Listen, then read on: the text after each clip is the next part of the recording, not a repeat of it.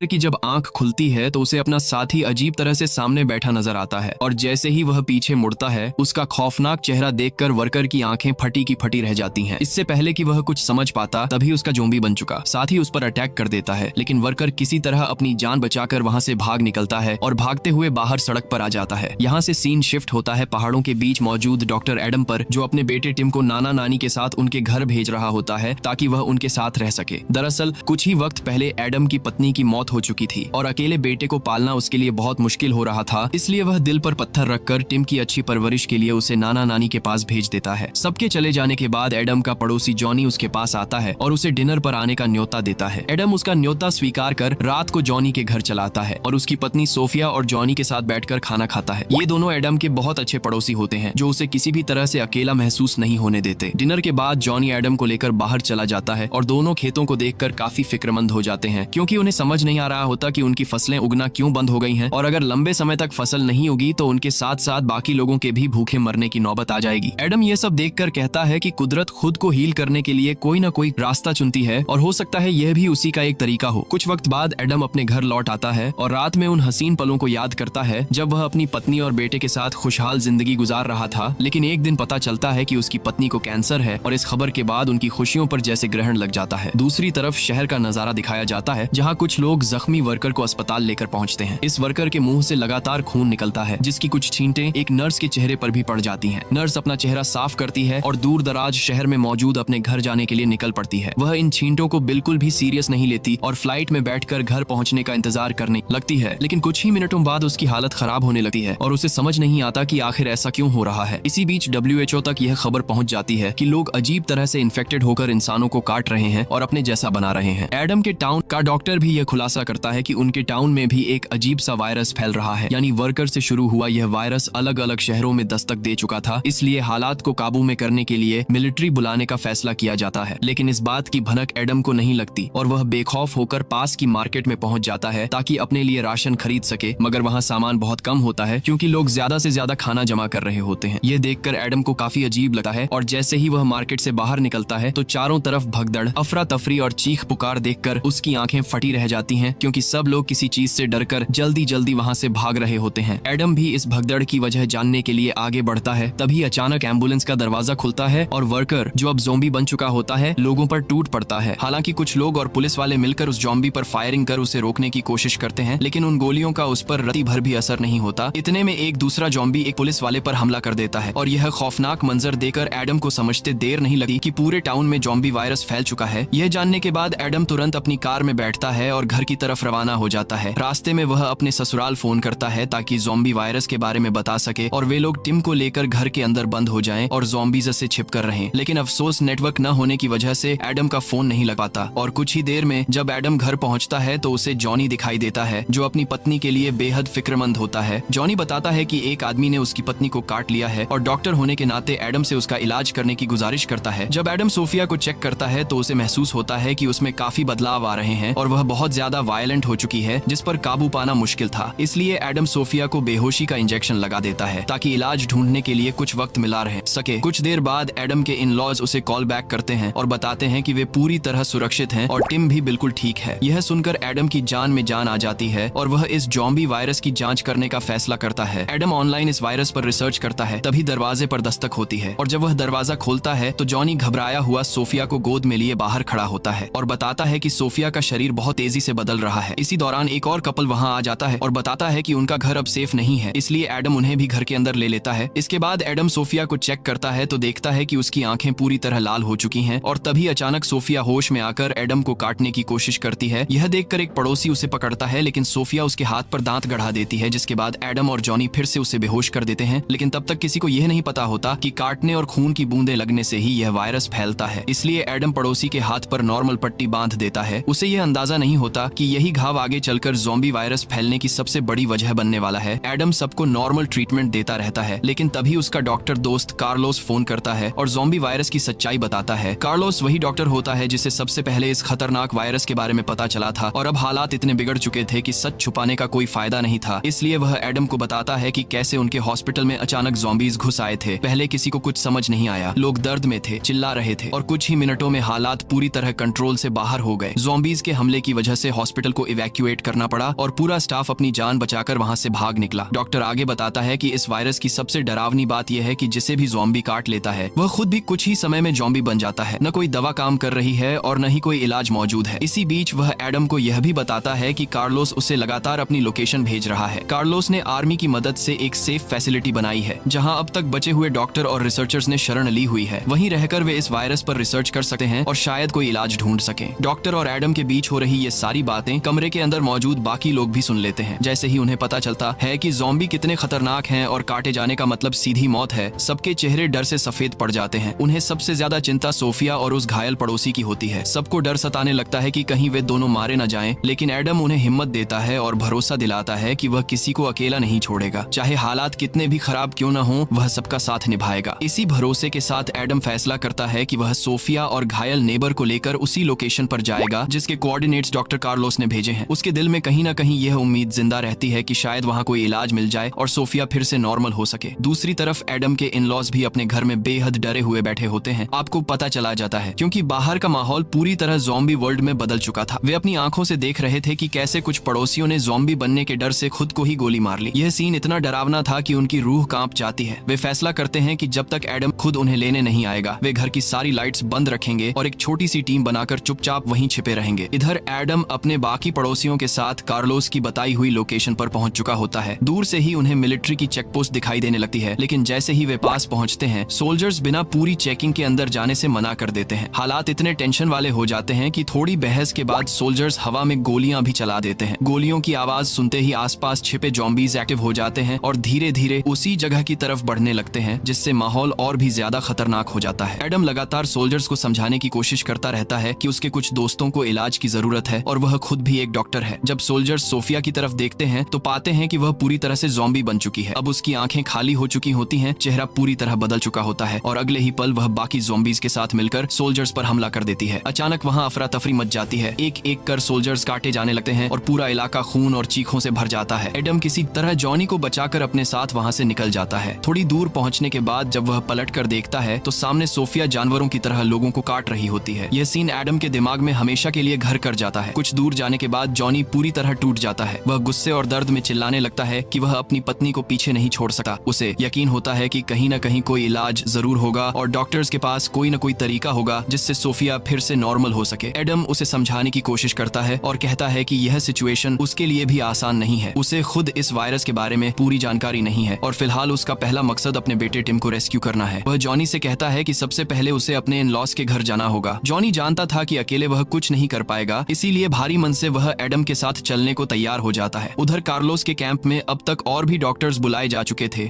और सभी मिलकर इस नए वायरस का एंटीडोट खोजने की कोशिश कर रहे थे। कार्लोस उन्हें वह कंस्ट्रक्शन वर्कर दिखाता है जिसे सबसे पहले पेशेंट जीरो ने काटा था। इधर एडम और जॉनी बर्बाद हो चुके टाउन्स को पार करते हुए टिम को लेने जा रहे थे। तभी रास्ते में उन्हें एक लड़का दिखाई देता है जिसके पीछे कई ज़ॉम्बीज पड़े होते हैं। यह देख दोनों बिना सोचे समझे उसकी मदद करते हैं और उसे अपनी गाड़ी में बैठा लेते हैं। लड़का अपना नाम लुइस बताता है और कहता है कि पूरे एरिया में अब कोई भी सेफ जगह नहीं बची है। हर तरफ लोग ज़ॉम्बी बनकर एक दूसरे को काट रहे हैं। पूरा दिन ड्राइव करने के बाद शाम होते होते गाड़ी का तेल खत्म हो जाता है, जिस वजह से मजबूरी में तीनों को वहीं रुकना पड़ता है। वे रात गाड़ी में ही गुजारते हैं और सुबह पैदल निकलने का फैसला करते हैं। अपने बचाव के लिए वे कुछ मेकशिफ्ट हथियार भी बना लेते हैं, लेकिन गाड़ी के बिना वे ज्यादा सेफ नहीं थे। जैसे ही वे अगले टाउन में घुसते हैं, एक ज़ॉम्बी अचानक एडम पर हमला कर देता है। हालात बिगड़ने से पहले ही लुइस पास से गन उठाता है और उसकी गोली की आवाज पूरे इलाके में गूंज जाती है। कुछ ही पलों में कई ज़ॉम्बीज उसी दिशा में बढ़ने लगते हैं। भागते भागते उन्हें सामने एक पुराना होटल दिखाई देता है तो अंदर छिपी एक फैमिली जल्दी से दरवाजा खोलकर उन्हें अंदर खींच लेती है। दरवाजा बंद होते ही बाहर ज़ॉम्बीज दीवारों पर हाथ मारने लगते हैं, लेकिन फिलहाल वे अंदर सेफ होते हैं। इस फैमिली में मैक्स, उसकी पत्नी और उनकी छोटी बेटी होती है। तीनों काफी डरे हुए थे, लेकिन फिर भी उन्होंने अजनबियों की मदद की थी। मैक्स बताता है कि वे काफी समय से इसी होटल में छिपे हुए हैं और बाहर निकलने की हिम्मत नहीं कर पा रहे। वह एडम और उसके साथियों को ऑफर देता है कि क्यों न वे सब मिलकर यहीं रुक जाएं और एक ग्रुप बनाकर सरवाइव करें। कुछ पलों के लिए यह ऑफर ठीक लगता है, लेकिन एडम जानता था कि वह यहाँ ज्यादा देर तक नहीं रुक सकता क्योंकि उसका बेटा टिम अभी भी उसके इन-लॉज के घर फंसा हुआ था। एडम साफ कह देता है कि वह सुबह होते ही फिर से निकलने वाला है। यह सुन मैक्स थोड़ा निराश हो जाता है, लेकिन एडम के हालात समझकर चुप रह जाता है। रात किसी तरह कट जाती है और सब थकान व डर के बीच हल्की नींद ले लेते हैं। सुबह जब एडम की आंख खुलती है तो उसे कुछ अजीब सा महसूस होता है, क्योंकि होटल के अंदर अजीब सी आवाजें आ रही होती हैं। तभी उसे पता चलता है कि होटल की एक दीवार टूट चुकी है और उसी रास्ते से ज़ॉम्बीज़ अंदर घुस आए हैं। एडम बिना वक्त गंवाए खुद को एक कमरे में लॉक कर लेता है। उसके पास ज्यादा हथियार नहीं थे, लेकिन अब उसे पता था कि ज़ॉम्बीज़ को मारने का एक ही तरीका है, सीधे सिर पर वार। वह एक एक कर कमरे में घुसने वाले ज़ॉम्बीज़ को मारने लगता है, लेकिन उनकी संख्या बहुत ज्यादा होती है। उसे समझ आ जाता है कि ऐसे वह ज्यादा देर नहीं टिक पाएगा। तभी उसके दिमाग में एक प्लान आता है और वह जानबूझकर ज़ॉम्बीज़ को अपनी तरफ अट्रैक्ट करता है। उन्हें अपने पीछे लगाकर होटल की छत तक ले जाता है। छत पर पहुंचकर वह एक एक कर ज़ॉम्बीज़ के सिर पर वार करता है और उन्हें नीचे फेंक देता है। इसी दौरान मैक्स की बेटी भी वहां पहुंच जाती है और बिना डरे उसकी मदद करने लगती है। दोनों मिलकर कई ज़ॉम्बीज़ को खत्म कर देते हैं और कुछ देर बाद हालात की थोड़े कंट्रोल में आ जाते हैं। इसके बाद दोनों नीचे जाकर बाकी लोगों को देखने का फैसला करते हैं। नीचे उन्हें मैक्स और उसकी पत्नी सुरक्षित मिल जाते हैं। वे बताते हैं कि जॉनी और लुइस ज़ॉम्बीज़ से बचते हुए सामने वाले कमरों में चले गए थे। इसी पांच पर बाकी लोगों को देखने का फैसला करते हैं। दौरान मैक्स यह भी बताता है कि उसने एक छोटे बच्चे को देखा है जो अकेला भटक रहा था। मैक्स बिना ज्यादा सोचे उस बच्चे को बचाने निकल पड़ता है, जबकि एडम दूसरी तरफ जॉनी और लुइस को ढूंढने चला जाता है। पीछे से मैक्स की पत्नी और बेटी होटल के फेंसेस बंद कर देती हैं ताकि बाहर से आने वाले ज़ॉम्बीज़ अंदर न आ सके। अंदर जाते ही एडम को पता चलता है कि लुइस से एक बड़ी गलती हो गई है। अफरा तफरी में उसका पैर बुरी तरह चोटिल हो चुका था। दर्द के बावजूद लुइस चुप रहता है। एडम वहीं उसका इलाज शुरू कर देता है ताकि घाव में इन्फेक्शन न फैले। उधर मैक्स जैसे ही उस बच्चे को लेकर बाहर निकलता है, सामने से एक ज़ॉम्बी उनकी तरफ बढ़ता है। यह देख दोनों वापस कमरे में भागने की कोशिश करते हैं, लेकिन ज़ॉम्बी भी उनके साथ अंदर घुस जाता है और कुछ ही सेकंड्स में मैक्स और उस बच्चे दोनों को काट लेता है। यह देखकर मैक्स की पत्नी टूट जाती है। वह फेंसेस खोलकर अंदर भागती है, लेकिन बाहर पहले से और ज़ॉम्बीज़ मौजूद होते हैं जो उसे भी काट लेते हैं। अब पूरे होटल में सिर्फ मैक्स की बेटी बचती है जो किसी तरह फेंसेस बंद कर खुद को बचा लेती है। जब एडम को यह सब पता चलता है तो वह मैक्स की बेटी को सेफ रहने को कहता है, लेकिन तभी पीछे से आए ज़ॉम्बीज़ पर भी हमला कर देते हैं। वह किसी तरह खुद को छुड़ाकर वहां से निकल जाता है। अब पूरे ग्रुप में सिर्फ एडम, जॉनी और घायल लुइस ही बचे होते हैं। तीनों फैसला करते हैं कि सुबह होते ही पास के गैस स्टेशन से ऑयल लेकर आगे निकलेंगे और रात डर और सन्नाटे के बीच काटते हैं। सुबह बड़ी सावधानी से वे गैस स्टेशन पहुंचते हैं। वहां उन्हें कुछ और सर्वाइवर्स दिखाई देते हैं जो ज़ॉम्बीज़ से कम और इंसानों से ज्यादा खतरनाक होते हैं। वे बाकी लोगों को मारकर उनका सामान लूट रहे होते हैं। एडम और उसका ग्रुप छिपकर ऑयल लेता है और बिना किसी झंझट में पड़े वहां से निकल जाता है। दूसरी तरफ एडम के इन लॉस के घर हालात और बिगड़ चुके होते हैं। खाना खत्म हो गया था। मजबूरी में टिम का नाना पास के स्टोर से राशन लेने जाता है, लेकिन वहीं एक ज़ॉम्बी उसे काट लेता है, जिससे घर में डर और मायूसी और बढ़ जाती है। एडम का ग्रुप तय करता है कि पहले कार्लोस के कैंप जाकर लुइस का इलाज करवाया जाए, फिर टिम को रेस्क्यू करने निकलेंगे। लेकिन कैंप के पास पहुंचते ही उन पर ज़ॉम्बीज़ टूट पड़ते हैं। लड़ाई के दौरान लुइस भी काट लिया जाता है। एडम और जॉनी किसी तरह भागकर कैंप के गेट तक पहुंचते हैं, जहां मौजूद सोल्जर्स आखिरी वक्त पर दोनों को बचा लेते हैं। उन्हें फैसिलिटी के अंदर लाकर टेस्ट किया जाता है कि वे इन्फेक्टेड तो नहीं है। इसके बाद कार्लोस एडम को बताता है कि वे इन्फेक्टेड ज़ॉम्बीज़ को जला देते हैं ताकि वायरस और न फैले। जॉनी को बाहर रुकने के लिए कहकर एडम खुद अंदर जाकर मेन डॉक्टर से मुलाकात करता है। ये डॉक्टर वर्ल्ड हेल्थ ऑर्गेनाइजेशन की तरफ से इस फैसिलिटी में ज़ॉम्बी वायरस का इलाज खोजने आए थे। डॉक्टर उसे बताते हैं कि अब तक उनकी टीम वायरस की कोई ठोस कमजोरी ढूंढ नहीं पाई है और इस रिसर्च में अभी काफी समय लग सकता है। वे एडम से यहीं रुककर उनकी मदद करने की बात भी करते हैं। इसके बाद एडम कार्लोस से अकेले में बात करता है और साफ कहता है कि वह इस रिसर्च का हिस्सा बनना चाहता है, लेकिन उससे पहले उसके लिए अपने बेटे टिम की सुरक्षा सबसे ज्यादा जरूरी है। वहीं कार्लोस का मानना था कि अगर इस वक्त क्योर मिल गया तो न जाने कितनी जानें बच सकती हैं। इसी दौरान हालात अचानक और बिगड़ने लगते हैं। फैसिलिटी पर एक साथ भारी संख्या में ज़ॉम्बीज़ हमला कर देते हैं। सोल्जर्स उन्हें रोकने के लिए लगातार फायरिंग करते हैं, लेकिन इस बार ज़ॉम्बीज़ की तादाद बहुत ज्यादा होती है। कुछ ही देर में ज़ॉम्बीज़ सोल्जर्स तक पहुंच जाते हैं और एक एक कर उन्हें काटने लगते हैं। हालात इतने बेकाबू हो जाते हैं कि अंदर मौजूद डॉक्टर डर के मारे अपनी जान बचाने के लिए बाहर की तरफ भागने लगते हैं, क्योंकि सोल्जर्स अब ज्यादा देर तक मोर्चा संभाल नहीं पाते। भागते वक्त एडम और जॉनी को लुइस दिखाई देता है, जो पहले उन्हीं के साथ था, लेकिन अब वो ज़ॉम्बी बन चुका होता है। किसी तरह एडम और जॉनी बाकी डॉक्टर्स के साथ कैंप के पीछे वाले रास्ते से सुरक्षित निकल जाते हैं। उनके साथ अब गिनती के ही सोल्जर्स जिंदा बचते हैं, बाकी सभी उसी फैसिलिटी में मारे जा चुके होते हैं। अगली सुबह कैप्टन 2 सोल्जर्स को आसपास का हाल जानने के लिए भेजता है ताकि आगे बढ़ते वक्त किसी ज़ॉम्बी झुंड में न फंस जाएं। इसी बीच कार्लोस और कैप्टन के बीच तीखी बहस शुरू हो जाती है। कैप्टन चाहता था कि वे इस तबाह हो चुकी फैसिलिटी को छोड़कर पास के दूसरे मिलिट्री कैंप की तरफ जाएं, लेकिन कार्लोस का कहना था कि उनकी रिसर्च काफी आगे बढ़ चुकी है, इसलिए उन्हें नजदीकी मेडिकल फैसिलिटी में जाकर उसी पर काम जारी रखना चाहिए। बात इतनी बढ़ जाती है कि पूरी टीम 2 हिस्सों में बंट जाती है। एडम दोनों के बीच सुलह कराने की कोशिश करता है और कैप्टन को समझाता है कि आपस में लड़ने से हालात और खराब होंगे। उनका असली मकसद इस वायरस का इलाज ढूंढना होना चाहिए। आखिरकार एडम बाकी सबको वहीं छोड़कर अकेले ही अपने बेटे को ढूंढने निकल पड़ता है। काफी दूर पैदल चलने के बाद उसे कुछ और सर्वाइवर्स मिलते हैं जो उसे फ्री खाने का लालच देते हैं, लेकिन एडम को तुरंत कुछ गड़बड़ महसूस होती है। जैसे ही वह अपनी गन उनकी तरफ उठाता है, सामने वाले भी हथियार निकाल लेते हैं। हालात ऐसे बन जाते हैं कि एडम को मजबूरी में उन दोनों को मारना पड़ता है। बाद में उसे पता चलता है कि खाने और पानी के खत्म होने के बाद वो कपल जिंदा लोगों को बुलाकर उन्हें ही खा जाता था, यानी वे इंसान से नरभक्षी बन चुके थे। एडम उनकी गाड़ी लेकर अपने बेटे को लेने इन लॉस के घर की तरफ निकल पड़ता है। उधर कार्लोस और बचे हुए सोल्जर्स दूसरी फैसिलिटी की ओर बढ़ रहे होते हैं, लेकिन रास्ते में उनकी गाड़ी खराब हो जाती है। मजबूरी में उन्हें पैदल ही सफर जारी रखना पड़ता है। चलते चलते कई ज़ॉम्बीज उन्हें देख लेते हैं और उनका पीछा शुरू कर देते हैं। सभी समझ जाते हैं कि इस तरह वे ज्यादा देर तक बच नहीं पाएंगे। तभी कैप्टन फैसला करता है कि वो पीछे रुककर ज़ॉम्बीज को रोकेगा। जब बाकी 3 लोग आगे निकल जाते हैं तो कैप्टन सभी ज़ॉम्बीज को अपने करीब आने देता है और एक ग्रेनेड फोड़कर खुद की जान कुर्बान कर देता है। इसी दौरान जॉनी और लेडी डॉक्टर दूसरी फैसिलिटी तक पहुंच जाते हैं, लेकिन डॉक्टर कार्लोस पीछे रह जाता है और ज़ॉम्बीज द्वारा काट लिया जाता है। इधर एडम आखिरकार अपने इन लॉस के घर पहुंचता है। चारों तरफ तबाही देकर वो घबराते हुए अंदर जाता है, इस डर के साथ कि कहीं उसका बेटा टिम खतरे में न हो। अंदर उसे उसका फादर इन लॉ दिखाई देता है जो अब ज़ॉम्बी बन चुका होता है। मजबूरी में एडम उसे मार देता है। आगे जाकर उसे पता चलता है कि उसकी मदर इन लॉ पहले ही मर चुकी थी, यानी उन्होंने ज़ॉम्बी बनने से पहले खुद को खत्म कर लिया था। एडम जल्दी से अपने बेटे के कमरे में पहुंचता है। वहाँ टिम पहले ही काटा जा चुका होता है, लेकिन हैरानी की बात यह होती है कि वो अब तक ज़ॉम्बी नहीं बना था। टिम बताता है कि उसे उसके नाना ने 2 दिन पहले काटा था। तभी एडम को समझ आता है कि इसमें कुछ अलग बात है। वो तुरंत टिम को गाड़ी में बैठाकर दूसरी फैसिलिटी की ओर निकल पड़ता है। दूसरी फैसिलिटी में पहुंचकर लेडी डॉक्टर और एडम एक बेहद अहम बात समझते हैं। आखिरकार उन्हें ज़ॉम्बी वायरस का एंटीडोट मिल चुका होता है। असल में ये वायरस बच्चों पर असर ही नहीं करता। किसी अजीब वजह से 10 साल से कम उम्र के बच्चों पर यह वायरस काम नहीं करता। यही कारण था कि टिम इतने दिन पहले काटे जाने के बावजूद अब तक ज़ॉम्बी नहीं बना। अब बच्चों के ब्लड की मदद से इस ज़ॉम्बी वायरस का एंटीडोट तैयार किया जा सकता था। एंटीडोट को लेने के बाद बड़े लोग भी ज़ॉम्बी नहीं बनेंगे। रिसर्च पूरी होते ही गवर्नमेंट की तरफ से उनके लिए एक स्पेशल प्राइवेट जेट भेजा जाता है ताकि इस एंटीडोट को पूरी दुनिया तक पहुंचाया जा सके और इंसानियत को बचाया जा सके। इसी उम्मीद भरे और पॉजिटिव एंडिंग के साथ ये मूवी यहीं खत्म हो जाती है। तो दोस्तों, कैसी लगी आपको ये कहानी? कमेंट में जरूर बताएं। वीडियो को लाइक और चैनल को सब्सक्राइब करके हमें मोटिवेट जरूर करें।